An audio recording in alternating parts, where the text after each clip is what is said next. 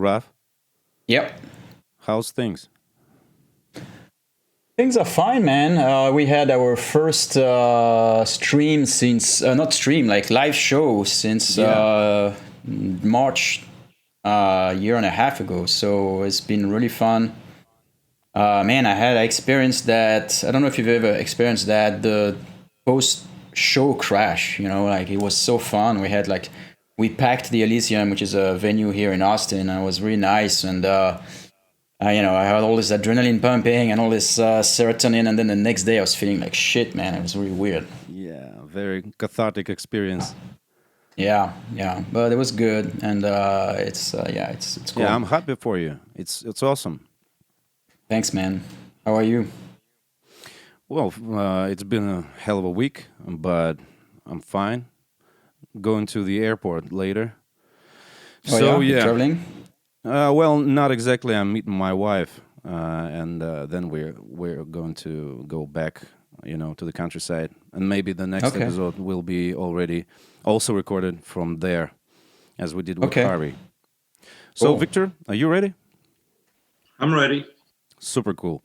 Hello and welcome to the third episode of the House of the Dev podcast, and we got Raphael Colantonio here.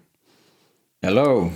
My name is Peter Salnikov, and today we have a very special guest. Well, all of our guests are very special, but this one is, one of a kind, co-creator of the worlds of Half-Life 2 and Dishonored, Viktor Antonov. Hello, and it's Hello. very nice to see you and hear you. Thanks for joining us today. You are entering the House of the Dev. How are you doing? You've been, out of sight for so many years, and you are very hard to catch. It's been a kind of struggle for Raph. Yeah, I'm doing great. Thank you. Thanks for asking. And I've been out of sight for a little while because, of course, I've been preparing something special for gamers and fans. A little bit like Raph, I've built my design studio.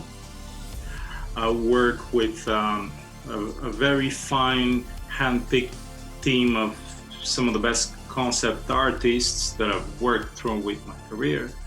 And it's an entertainment design studio, but also I'm developing a project of my own. And I'll talk about it this fall. So I didn't want to say generic messages to people who are interested in my work. So I wanted to prepare like a really nicely packaged update, which will be this September. So you're the first one that I'm mentioning this to. So it's great. I hate the word excited, but this actually is exciting. So yeah, we will wait for further news, and I'm happy to hear this. So today we're going to talk about believable worlds that are possible to be created in video games, and you are one of the persons who actually made worlds that, when you play Dishonored or Half-Life 2, you're not just finishing missions or levels, you are somewhere, and it's a real chance to become someone and visit some places that are completely impossible in the real world. But at the same time, in your work, you are heavily influenced by the real world politics and culture. And I'm actually reading the book of yours, The Story of the Colony, and it's pretty intriguing so far. So your worlds are heavily influenced by real life politics and culture, but mixed with some sort of science fiction elements that change basically everything in these real world inspired places. So can we talk about balance between those things? Because it's not just fantasy and it's not just science fiction, but it's somewhere in the middle and it's unique. Yeah. Before we even get specifically into my worlds or the things that I've designed, I'd like to talk about fiction in general, and where I started. And I started as a kid when I read the first Hoffman story. And Hoffman, E.T.A. Hoffman, who wrote The Nutcracker, mostly known for the opera version, but not for the actual book today, is the very grandfather of and father of magic realism. He took the monsters from the Black Forest, because until then, until the Renaissance and the 18th century, the monsters and the witches and the magic was in the forest, and the city was normal. And Hoffman took the magic and brought it into the city of the everyday person. It means into the life of the clerk, of the student, of the normal family. So he made a revolution, the writer of The Nutcracker, in mixing realism and magic. And this was such an impactful bomb. And then after this, who picked it up? Of course, it was Gogol, who brought magic into the daily, mundane, boring life. But in order for the magic to work, you have to have a really good understanding of people, of their context, of their dramas, of their sufferings, of their hopes. And then, as an allegory, magic walks into these people's life and it changes everything. And this was a legacy that started for me, from Hoffman to Gogol, and then to Gabriel Garcia Marquez, who confirmed the genre with 100 Years of Solitude, where it's a real place, but magic is as real as the place. So we have this genre, and since I've been reading, a lot, always, it's one of my, addictions, and magic realism hit such a spot. And touched me and moved me so much that I couldn't find another way to express myself but through this, to say we have legends and we're pagans, and then you have logic, and then you have the routine of daily administration. So I'd like to mix all these things: structure, engineering, which was my education. I'm an industrial designer, and then bring the madness of legends into that. So this is the reason how I started to try to bring up dreams and put them in a very real context. Yeah, so this could surprise someone, but previously you've been working with Zatrix Entertainment on games like Redneck Rampage and Kingpin Life of Crime, wonderful games from our childhood and very beloved. But I've read some of your interviews. There's not many of them in the internet, but still. And in one of them, you said that, well, to put it in short, you are getting bored fast of the modern trends, of this fail-safe concepts, of polished but soulless games, to put it like that. And games like Redneck Rampage or Kingpin, they weren't some sort of bottom Steam trash for $1. These were blockbusters, but no one will do a game like this nowadays, because sometimes it's incorrect, sometimes this isn't safe, too risky, and stuff like that. What do you think about that? Will things ever change back, because everything moves in a spiral? And maybe we will see another renaissance of games like this, but not from indie authors. This depends on developers in the gaming industry that are pretty much the generation that's Raphael's generation and my generation. If there's a will to make things specific and talk about humanity and talk about real subjects and there's a group big enough, we will manage to do this because we have a lot of experience. We have fairly important positions in the industry by now. Those of us who started at 95, 96, which is my case, and Raphael started earlier than me. So it's a matter of a voice that would address reality and human drama.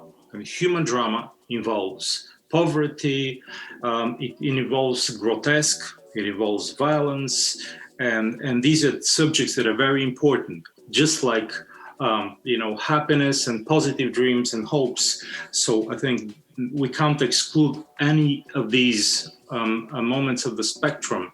And there are many writers, we can start with Hunter Thompson, who wrote about Hell's Angels as a documentary. You can talk about Hemingway, who spoke about the war in a very crude way. You can talk, I'm always giving, and will be giving literary references. You can talk about many writers who cannot separate pleasant, superficial glaze from human drama. And as every good writer or director knows, without human drama, the piece of entertainment, would it be a TV series or a movie or a video game, has no interest to anyone. And it's a fine line between portraying reality in a grotesque way, or in a funny way, or in a dramatic and tragic way. So, Redneck Rampage was the grotesque caricature, but it was sort of like Beavis and Butthead, funny and wild and free. It was great in this sense. Redneck Rampage was more like cliche and gangster genre, but all this addressed, conditions. So I think to answer specifically to your question, it depends if there's a community of voices right now of leading developers that want to talk in a sincere way about human emotions, about what's happening, let's say, not only in Louisiana, but what's happening in New York and what's happening in Africa and all that. And there needs to be a level of sincerity. It's interesting because I can relate. And the more I age, the more it's important to me too. Like, I've started with medieval fantasy stuff because I think that I needed to get that out of my system. But even when doing some fantasy stuff, like with Arx Fatalis, there was always some super dark undertone that was actually relatable at a human level. It was not just about killing dragons. There were some other themes, and I'm super grateful you and I met, Victor, because I felt like I found a friend, but also someone that really get those things. And if I may say about Victor, we met a long time ago. I don't remember, like it was in 2004 or something. Five, I think. Yeah, and then we started to work on The Crossing together, and then I realized that Victor was actually not just an incredible artist from, as much as like his visuals that he can put on a piece of paper, the colors and all that, but more than that, he was also like some sort of almost like a historian, and with an incredible observant mind, which is also sometimes super funny, right? Because you will notice something about things in real world, and you go like, wow, I've never noticed that before, but it's so true. And so it's been really, I think, as far as like creating worlds, that historian approach of yours seems to be very important, right? Because you know there's so much more than the image behind the image.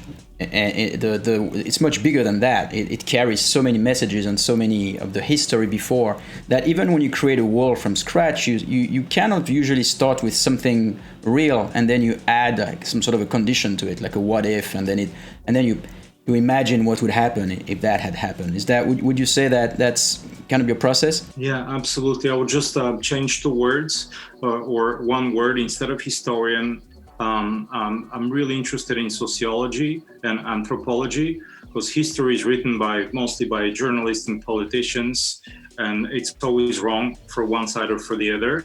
But I look at how society functions. So I'm doing metaphors of what was the level or the conflicts during the feudal or the medieval age or during the industrial revolution.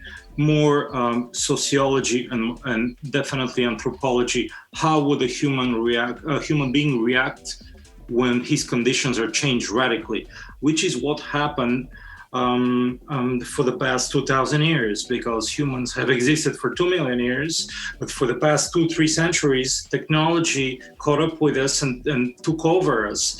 And politics took over us, and wars and population and all that.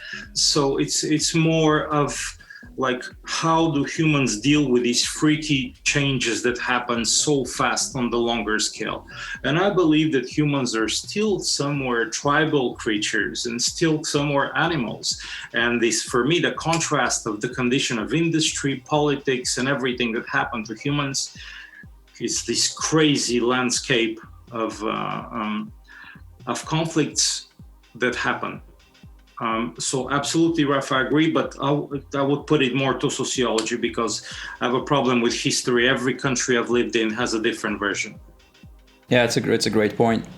Do you find it difficult to? I mean, we both have pitched games, sometimes together, sometimes on our own. And do you find it to be difficult to convince publishers or the industry in general to invest in different worlds, the worlds that are not about, killing people at war or killing aliens or whatever? Raf, this is, as we know of the entertainment industry, we started when we had the luck, the amazing luck to start when the industry was young and was not considered much at all. Just like the Hollywood industry of cinema was below theater in Broadway in the US, and then when you get to an industry level, it's a trade-off. So if you want to make something that's personal or weird or risky, you have to offer a counterpart to the publishers. And you have to tell them, I'll guarantee you this quality, or I'll guarantee you this accessibility, or I'm going to bring this amazing gadget to you that nobody's seen, but I'm going to guarantee you that I'll bring something that will make the players and the fans buy your game. And I will do all this for you. It's a pure trade. But then my condition is, other than our business agreements, I would like to bring something of my own to the project. So this is my approach. You can't just go out there and say, I'm an artist, I believe something, I want to do it, or fuck you. This is not a good way of doing art at all, because artists have been craftsmen always. And through their craft, they bring value to the client, and which is the publisher, and then you can ask for freedom. But the level of craftsmanship of what you deliver has to be very high. So for me, it's a very simple, logical formula. If you want freedom, what do you bring to the table so the publishers would feel comfortable? Yeah, I agree. It's cool. Yeah, I do like, as I was saying earlier, as I age, it matters to me more and more to somehow, like, there's the artistic side, which is, okay, what kind of world do I want to portray, but also what are the underlying messages in there that can, some stuff that just an evolution of where my brain is nowadays compared to it was when I was 20. So you're talking about personal, the fact of you as a human and as an individual. That's a very important topic for me, that individuals do matter in each industry because of their culture and because of their emotional responses. So we can't, of course, I'm against the communist version of standardized feelings, standardized products, standardized behavior, because this never worked. So I believe in some level of authorship and some level of just being contributing to the industry and to the business.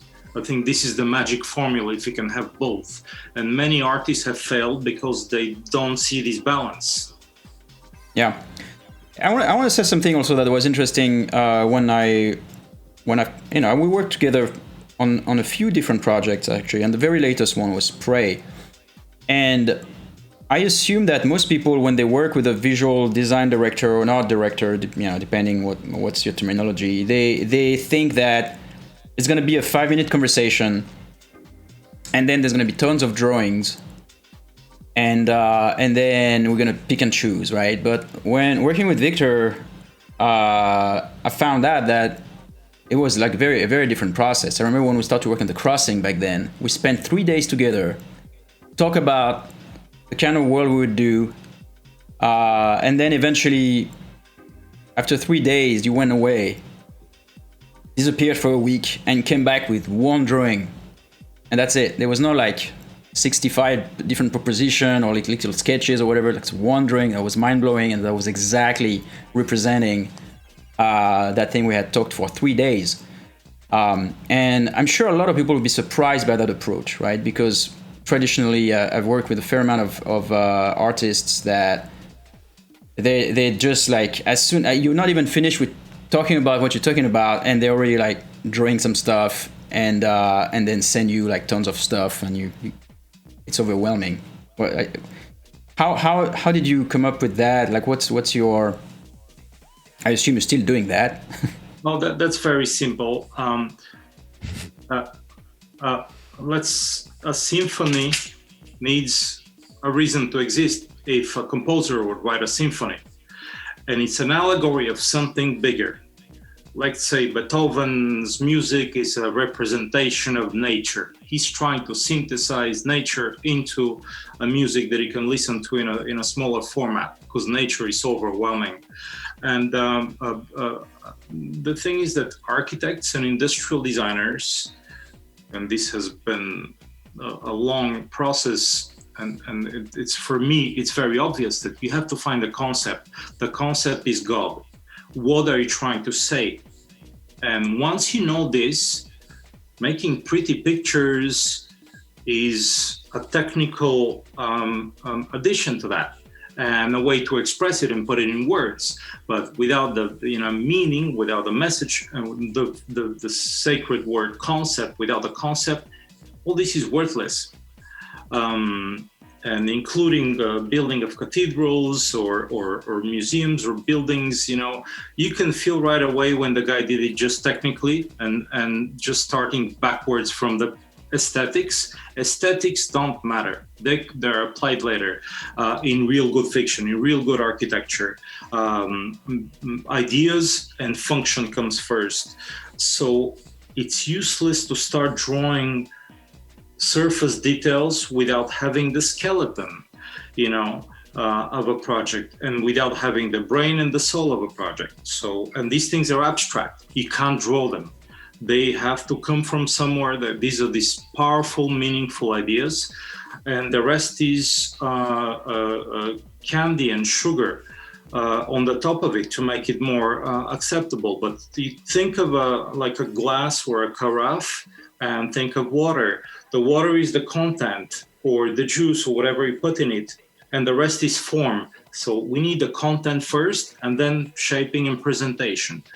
This is very important for me to start with a deep, profound idea that reflects something that people don't even discuss, but it's like this deep philosophical feeling. And then if you're good enough to translate it into something that is aesthetic and beautiful, it'll function. And I'll give you just one example. Think of films and movies in the 30s when you had the studio system and you had art directors. Their job was mainly to find a solution how to block the space so characters can interact and talk to each other, the stars. And it was not about making beautiful vistas or beautiful apartments, but it's a technical problem to solve, an emotional problem. How do I get a space that functions for what I want? And it's not about making it pretty, because pretty, we can make it. You know, graphics are there. We can make pretty clouds. We can make pretty sunshine. So the reason that I would start with one image is to just have people focus on the essential and then branch out and then branch out and branch out. But keeping the DNA of an idea.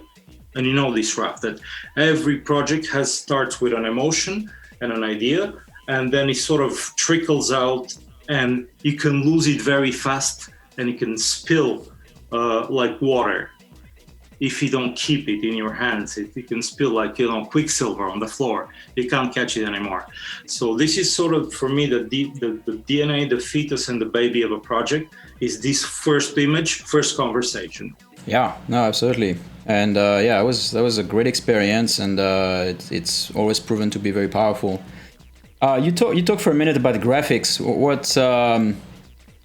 So you've been working. Graphics are constantly evolving. Where they, you were working back in the days. Even like on the latest project we worked together, we were still kind of like graphically super advanced. I'm personally, I'm just gonna ask you. I'm personally a little tired about that graphics war or escalation because it's a lot of compared to art direction, it's a lot of time that is invested, a lot of money, and it's not necessarily moving the needle so much compared to like a strong art direction.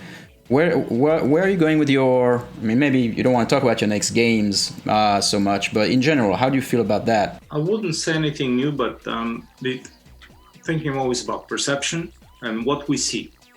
What we see and where visual, the human brain, before anything, has superiority over other animal brains by visual. It's a visual brain. Visual information is the first thing you receive.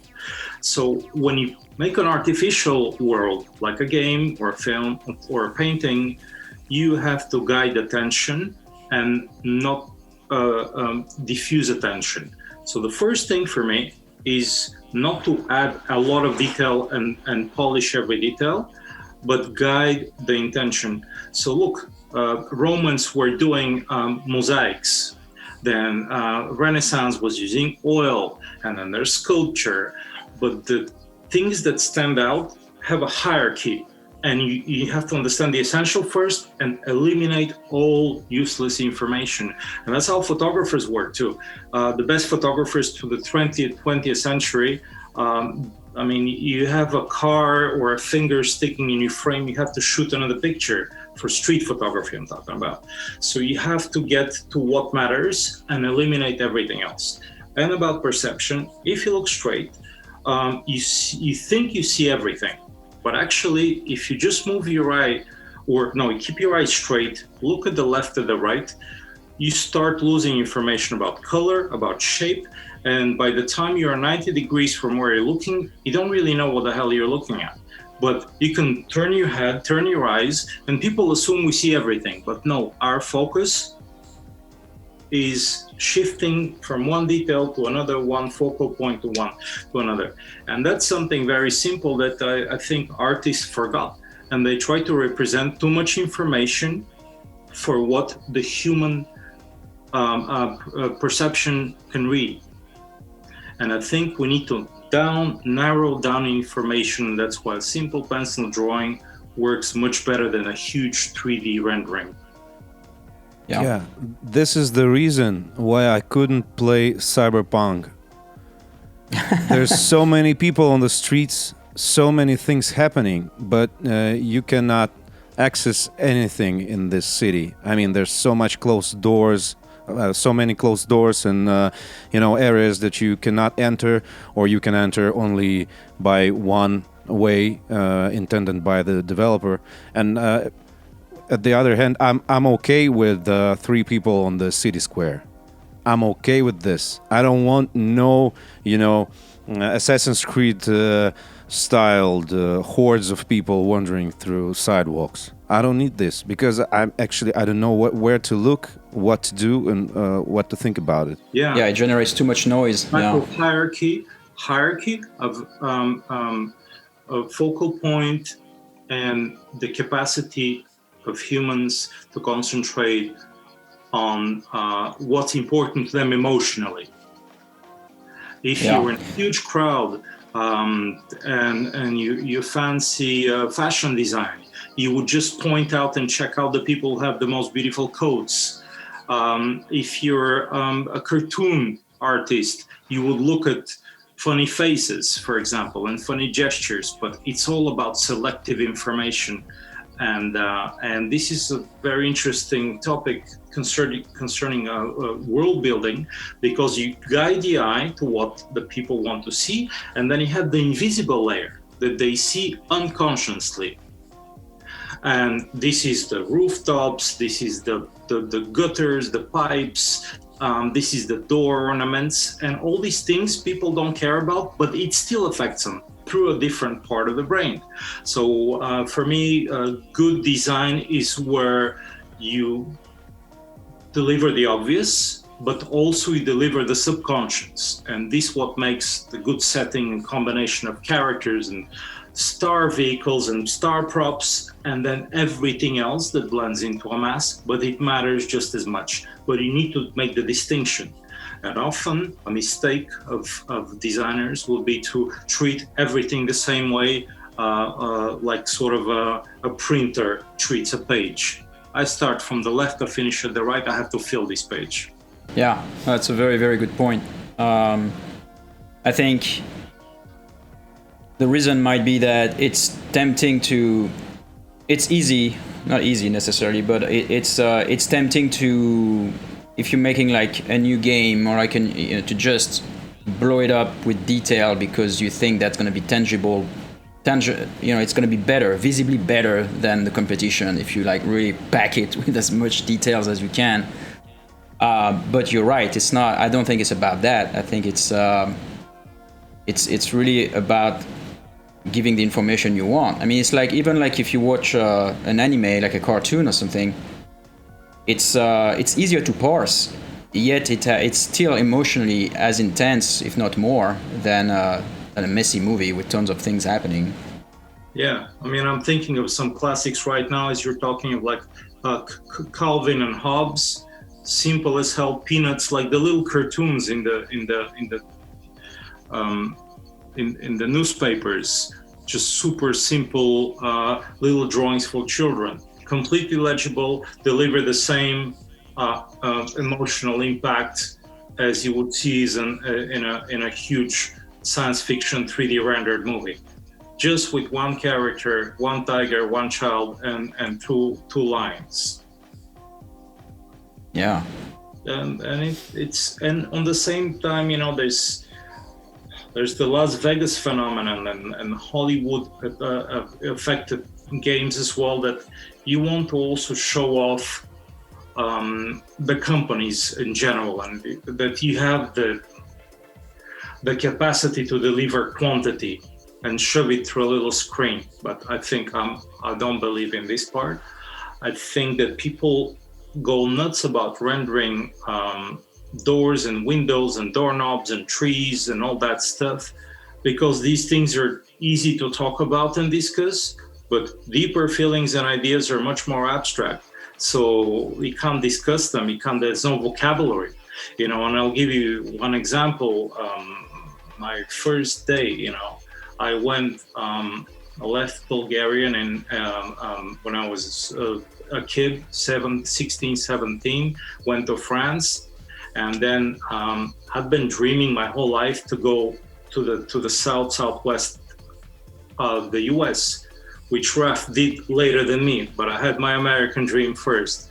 And I took a plane from Charles de Gaulle and I landed in LAX. And wow, what an experience. But there's no vocabulary for what I felt there, because it was a mixture of noise, textures, humidity, smells, everything was so different. So you can say what you feel when you eat a cookie or a big ice cream or a chicken, but there's no word for this feeling when you get to a new place, new world. And this is what, I was like, there's no vocabulary, but I need to talk about this differently. So I want to create these impactful moments when you get off the airport or the boat or the car, for the boat for my great-grandparents who went to America, and some came back, but this sensation of revelation of a new world. And there's no word for this feeling. There's more words, much more words in cuisine now. I mean, you can talk about mushrooms and butter and ragu and all that stuff. There's a huge vocabulary for that, but there's no vocabulary for the big essential sensations that we feel. Yeah, is that why when in your games usually you try to start with a pretty low-key chill approach where the player has a chance to contemplate like either like big establishing vista or something like some sort of a safe moment. Exactly, that's a very theatrical approach. I'd like to pull the curtains out and make people aware that the show is beginning and they're at a new place that they've never seen. So it's a very, very old-fashioned theatrical approach where the curtains go off and there are no curtains. Now loading the House of the Dev. Previously, you said about the codes and the love to fashion, which allows the player to, focus on the codes and the characters in the game. And a week or maybe 2 weeks ago, we were joking with the guys about the correction for the age limits for the video games, because they often rely on violence, strong language, or nudity.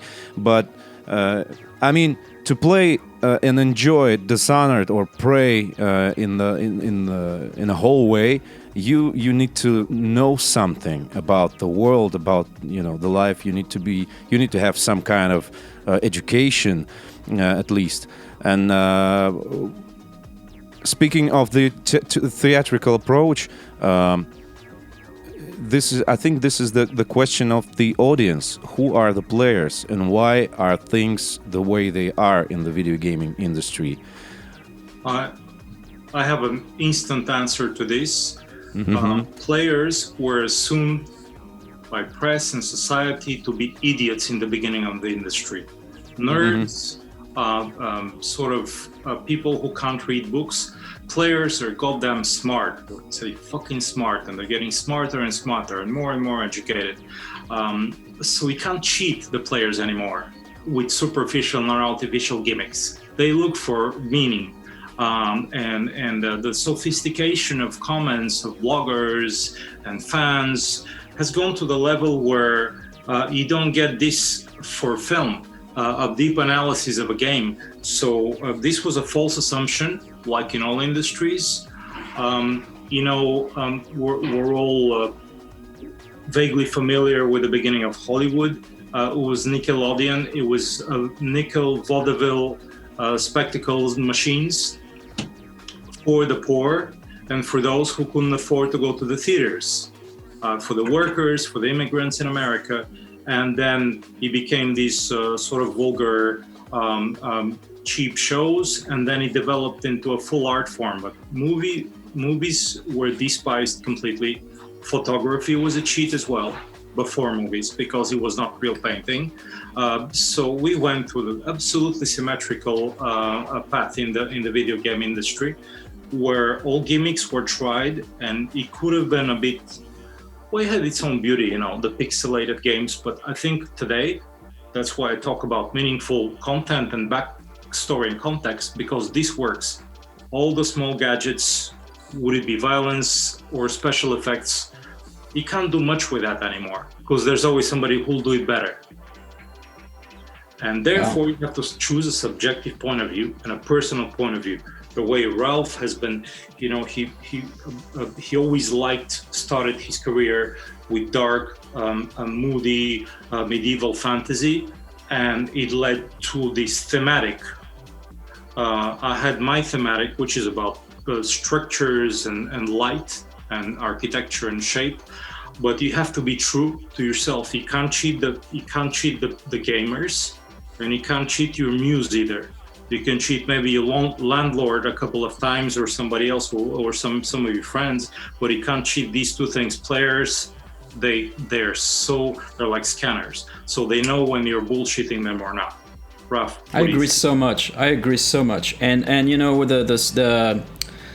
a critique of the game industry, unfortunately, is that how many games are made with that in mind? You can't cheat the gamer, and you can't cheat your muse. He said that is an incredible image, because I feel extremely lucky that I've worked on so many games that, not so many games, because I mean it takes 4 years to make a game, so eventually, you know, you can only make so many games in your life, but most of the games I worked on were made uncompromised, from passion, true to gamers, honest to myself, and also honest to my passion. And it led, for the most part, to games that were really beloved by players, because they saw that honesty, I presume. And unfortunately, I mean, we call it an industry for a reason, is that it's very rare, you know, it's very rare. And I think you, Victor, as well, had that luxury to pick and choose, and to take part of games that you felt were true to your heart. And that leads to better games, but it's such a rare thing. Most of the time, it's an order, you know. It takes a little bit of youth and the arrogance that youth carries when you don't have huge bank loans, when you don't have the rest of the burden of the universe on your shoulders, and also it takes a bit of being fan of something, truly being affected by something, and for me it was just science fiction, a seed meat, and there's a legacy. So when you're young, you have this romantic side that you have to continue a legacy and fight for it, and on the other side, you don't, you know, you're free to say, you don't like my ideas, I'm gonna walk away, go do something else. There's this unbelievable freedom that doesn't happen to everybody, like you said. And it takes a bit of stubborn personality to impose your ideas. And it takes a little bit of politics too, and a sweet talking. And you have to pay a price for this. It doesn't come for free. You have to deliver extreme quality. And then the magic being, it works. This is what happened to me. I mean, I started at Valve fairly young, and then I was a freelance concept artist, and then Valve invited me to become their art director. And I, not being a gamer at the time, really, I sort of said, look, but this is my vision, etc. I would never have the balls to say this today. No, but it's so important, though. It's important to have a message, right? When you do such a thing like a video game, which is such a huge enterprise. I mean, it's going to take 3-4 years, many people, many iterations, a lot of stress, a lot of mistakes, coming back, changing, you know, and it's very painful physically in terms of sleep. It's very painful in every ways, yeah.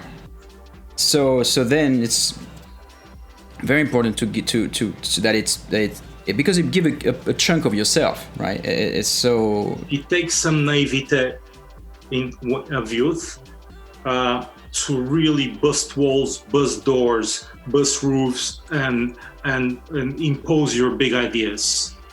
Yeah, it's almost like a natural selection system, right? It's almost a deliberate system. You got to be stronger than everything that is thrown at you. Times of your life when I mean, this is more like our personal stories, that when you're very young, you don't compromise, and when you've compromised too much, you'd say, I've had enough. And when you're at our age, you don't want to compromise much anymore either. Yeah, just a little bit more than before. Well, it's good though to be in a position now where we don't have to fight so much, you know.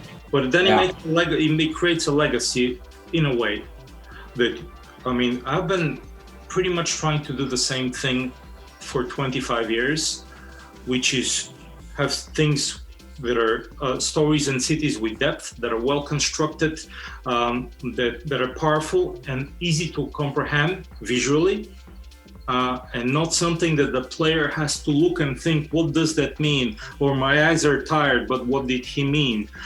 So want immediate visual impact right away. And for this, you have to have a vocabulary.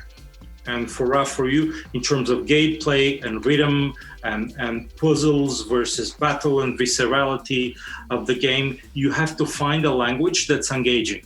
Just like in music, you have to find the right rhythm. Yeah, absolutely.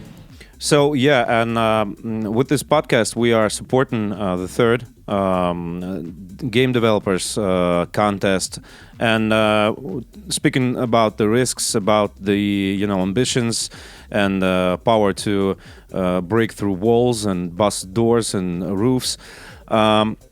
We are in the middle of a contest, and those who participate are actually able, ready, and maybe willing to be risky. This is probably the main thing about it, and we expect some cool stuff. Last year, there was a bunch of Russian folklore-themed games, which is pretty rare. Some of those games were bad, some were okay, some seem brilliant. For example, we have a game about grim adventures of an Orthodox nun called Indika, I mean, basically, I think that Russian lore and culture are represented poorly in video games. It's always either something like Red Alert or Stalin versus Martians. But now things seem to change, since the whole world is pretty interested in what's going on in Russia right now. I mean, in the way of politics and culture and stuff like this. What do you think about it? And what settings, in your opinion, lack their cool video games and deep video games? First reaction would be, I would expand Russian to Eastern European and to part of Central Europe, because frontiers moved quite a bit. But then we get into, do we talk about Slavic mythology? But I would more generally talk about Eastern Europe in general.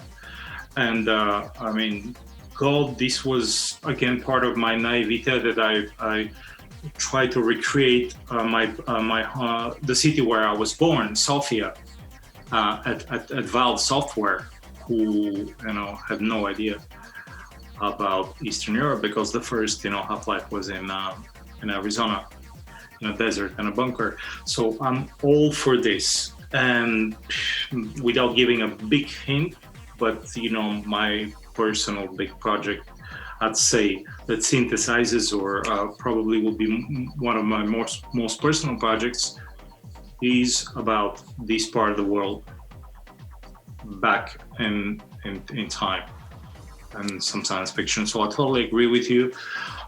There's so many treasures to be taken from legends, so many cliches from fantasy to be changed and twisted and improved.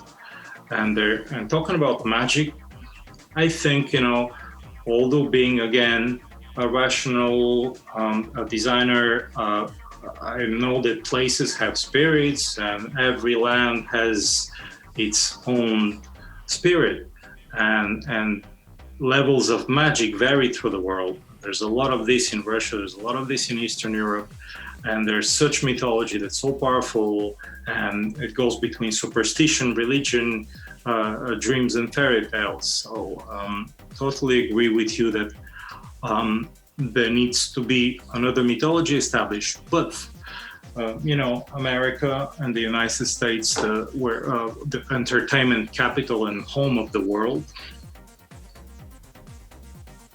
you have to have selective mythology that's collective for everybody on the world. It's always been like this since the beginning of Hollywood. So doing specific stories, I hope this is the future. And I'm the one fighting for this. Doing specific mythologies and based on what your great grandmother did, this based on what you've heard from her before she died about 100 years back. And I have really a treasure of ideas about Finnish, Scandinavian, Eastern European, and including Slavic stories and legends that I would love to express. Just life is too short, you know. You know, I feel like I mean, I agree with you. There's America is Italy has such legends and history that's Yeah. fantastic. And even before Italy was Italy, I'm saying this because, as you can imagine, that Raphael is part Italian from his name. But legends, and before Italy was Italy, it was Sicily and Sardinia and Savoy, and it was this Venice and all these different kingdoms, and there's so many cool things in Europe. Yeah, but in video games, it's just mafia. Yeah, I know what you're talking about. So yeah, absolutely. So there, but you step back to Garibaldi and to legends, it's treasures. Now it's not the time where these kind of things are interesting. I think now everything is sort of streamlined and standardized instead of mythology, in terms of mythology. But he got me sort of excited about this subject because I've been wanting to do more of this, going to legends. Yeah, and I think it has to be served to an American audience because, as you said, it's where the big market is, and it's not impossible. In fact, you know, I mean, even so, you talked about mafia, Peter, and if you think about back in the days, like a movie made by Italians about the mafia would have been way harder to sell internationally than what Coppola did with The Godfather. And even though part of the movie happens in Sicily, in a very, very accurately portrayed, you know, as myself, part Italian, I can tell you that what Coppola did was not kind of an Americanized version of Italy. It was really, really accurate. I can't say that of every mafia movies that have been in America, right? But I can say that about the Coppola stuff. Yet it was compelling, and yet true to the place. So, and I think so. My point is, there's probably a way to use all those treasures, whether they are, you know, in Russia, Eastern Europe in general, definitely Italy, but even France. Like, you know, doing something in Paris would be fascinating, as long as you do it with the right pace and the right approach. I think that has this international eye, and that's where I've enjoyed working with Americans. This is what I mentioned before, comparing form opposing to content, that the content is the treasure, but you have to put it in the right kind of form. And without this, nobody's going to touch it. Yeah, totally. And that's where we learned, like, you know, the world has so much to offer wherever people come from, and I think more international the developments are, and we win from every angle. That's really my belief. And very technically, it needs, just much like film storytelling, you need a point of view. A good cinematographer, good director, with every shot he has, he would associate the viewer with one individual of the scene, and not just show people doing stuff. Emotionally too. It's sort of a standard that you have to have an Occidental Western point of view to understand any story. This is the standard and the filter. Of course, there has been so many Russian villains and so many generic Eastern villains, and that's sort of still the 70s James Bond kind of viewpoint, very old-fashioned point of view. But in order to promote and create and pitch and finance, you have to have a point of view of an Occidental, most likely American character who experiences the story. That's an interesting point. Well, that sounds like an evolutionary question for the video games as the whole, as an industry. I totally agree with you. Going deeper, being more specific.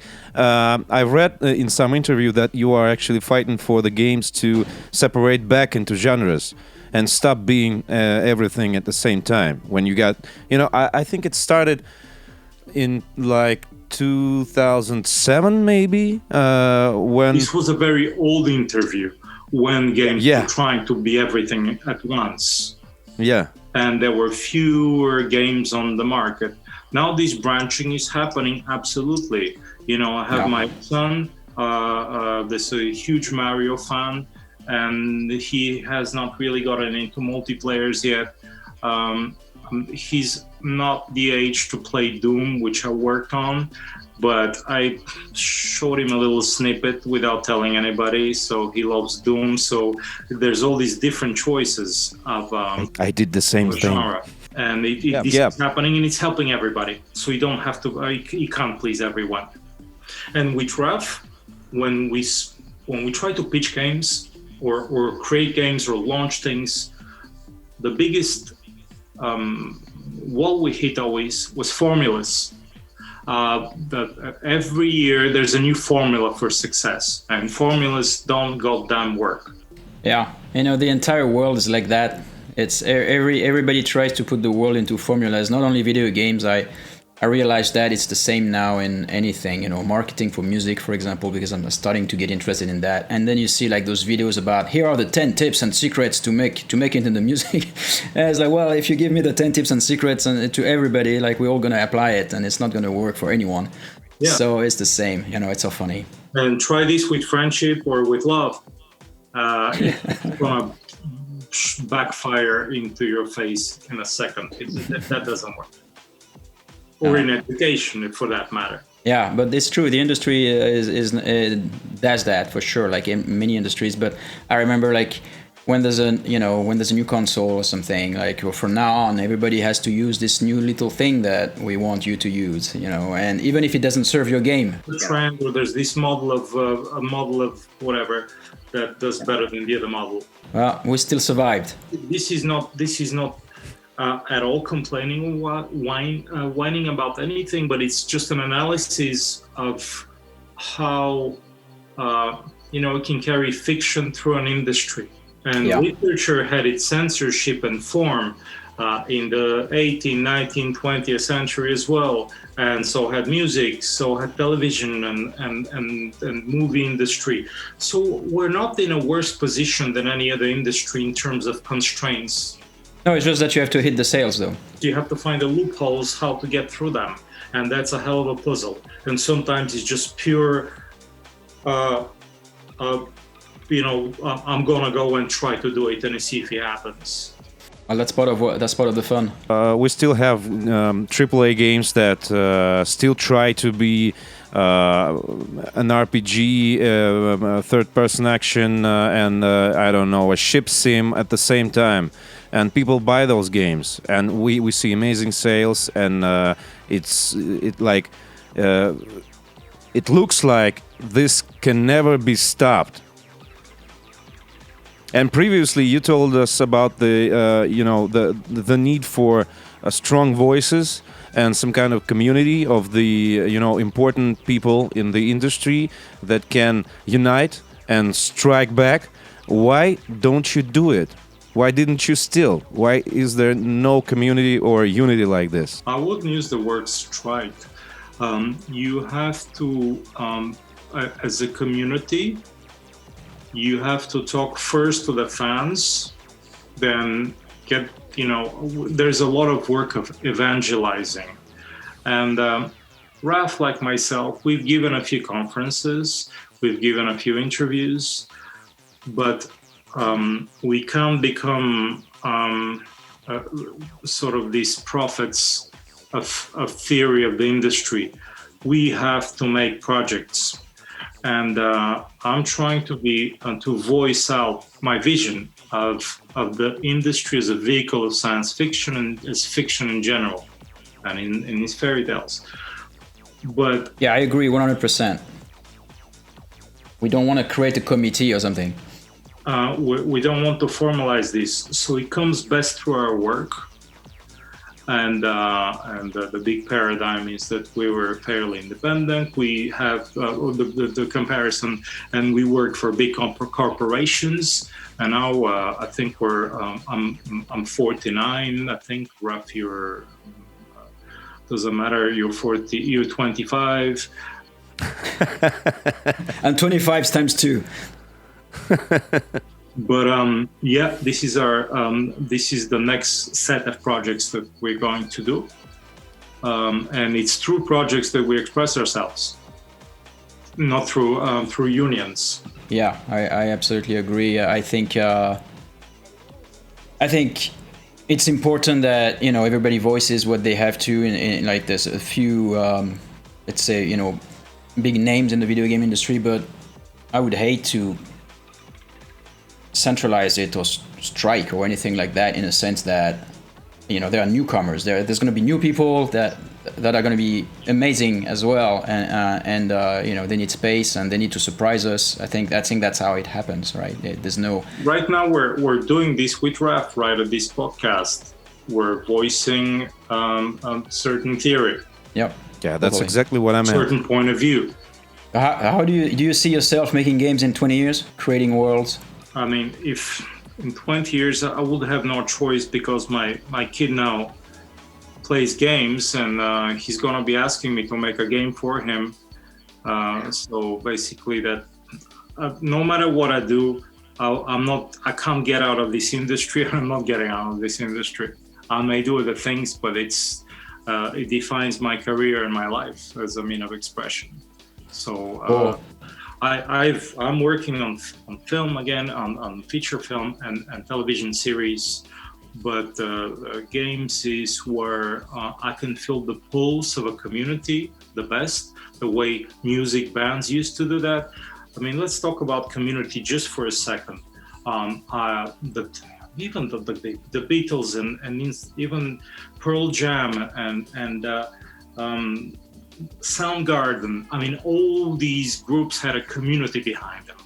And right, I think now the communities are bigger behind games than individual groups and singers. Because when I was a kid, it was like, are you a heavy metal or a new wave? Boom, bang, a fight would start right away. Punches fly. If you're, you had to be like, oh, heavy metal, hard rock, or new wave. These was the three things in the 80s when I was a kid. But people are passionate about it, and they united around a certain music with a certain philosophy and a lifestyle and a look.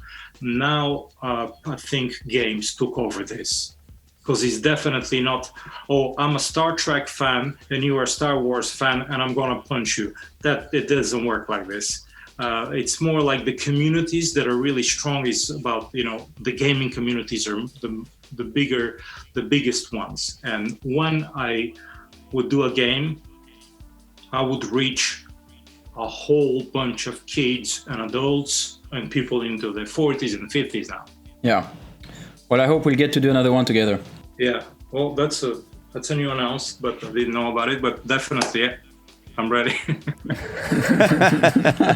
That's the first time we announce it. So yeah, thanks for your time, Victor. It was a pleasure. I hope to see you in person someday. Well, it gets gets weirder and weirder, but still. Where are you physically located?